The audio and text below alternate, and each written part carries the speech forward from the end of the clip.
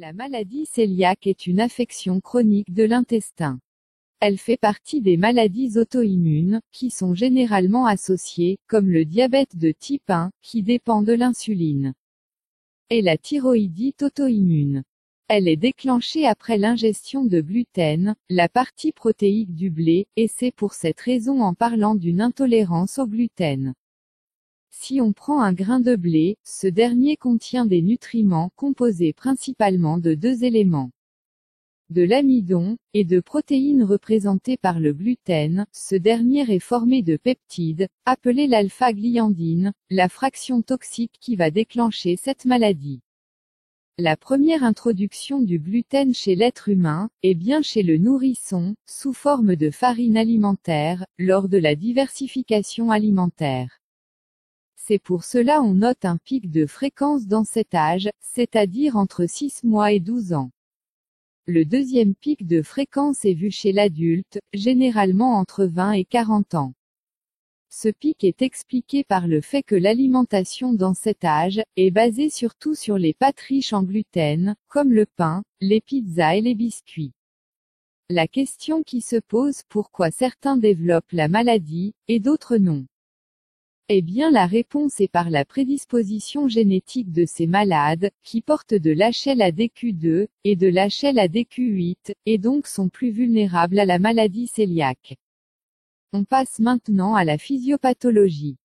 Lorsque le malade ingère un aliment qui contient du gluten, ce gluten va être ensuite digéré par l'estomac, libérant ainsi des peptides, appelés gliandines, qui vont passer dans l'intestin, pour être absorbés par les entérocytes.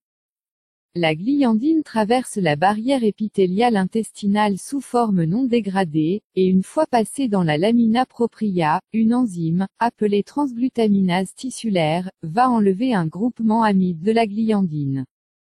Le complexe enzyme gliandine désamidée, va être capté par les cellules présentatrices d'antigènes, ou appelées aussi CPA, qui portent de l'HLA-DQ2 et l'HLA-DQ8. Ensuite présenté aux lymphocytes T4. Ces derniers vont stimuler les lymphocytes B, par le biais des interleukines, surtout l'interleukine 4, aboutissant à la production des anticorps, type IgA, dirigés contre la gliandine, et contre la transglutaminase, et donc contre le SOA, c'est pour cela en parlant de maladie auto-immune.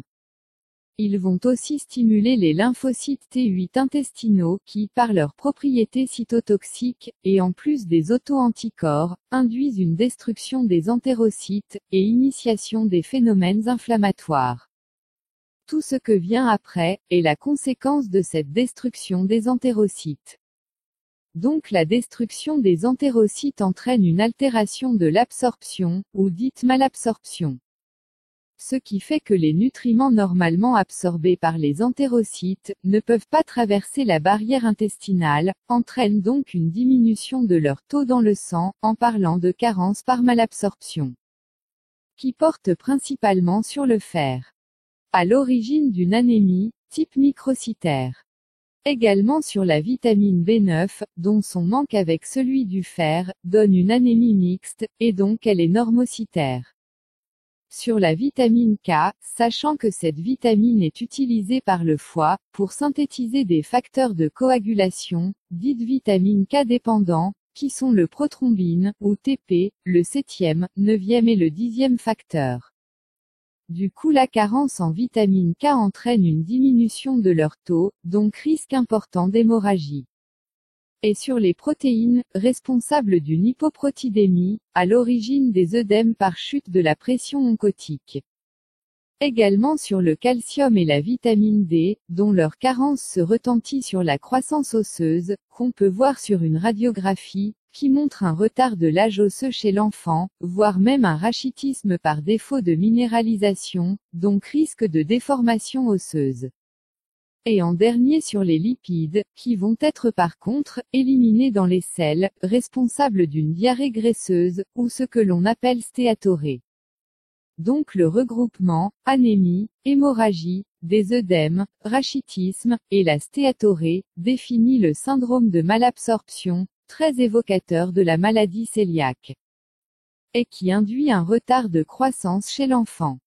traduit par une cassure de sa courbe de croissance. Le diagnostic de la maladie cœliaque repose devant les symptômes de syndrome de malabsorption intestinale. Représenté sur le plan clinique, chez l'adulte, surtout par des signes d'anémie, qui sont la fatigue, et la dyspnée en faisant un moindre effort, comme la montée des escaliers. Alors que chez l'enfant représenté surtout par une diarrhée graisseuse, d'évolution chronique, et qui est d'ailleurs le mode de révélation le plus fréquent. Ainsi par le retard de croissance, décrit par une cassure de sa courbe de croissance. Sur le plan biologique, par une anémie, une hypoprotidémie, une baisse de taux des lipides, et en dernier une baisse de TP. Et en faisant une radiographie, qui montre un retard de l'âge osseux, ou un rachitisme chez l'enfant.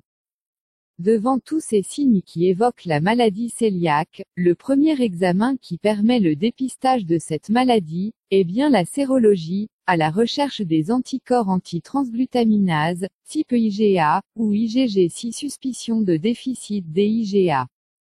Par contre l'examen qui permet de confirmer le diagnostic, est la biopsie duodénale, qui se fait par voie endoscopique. Elle met en évidence une atrophie villositaire, secondaire à l'inflammation, et la destruction des cellules intestinales. Le traitement de la maladie cœliaque repose sur un régime sans gluten, à vie. C'est-à-dire supprimer tous les aliments à base de gluten, qu'on avait déjà cités. Également sur une supplémentation nutritionnelle, pour compenser les carences. En donnant du fer, des vitamines, et des protides. Et à la fin j'espère que vous avez aimé cette vidéo.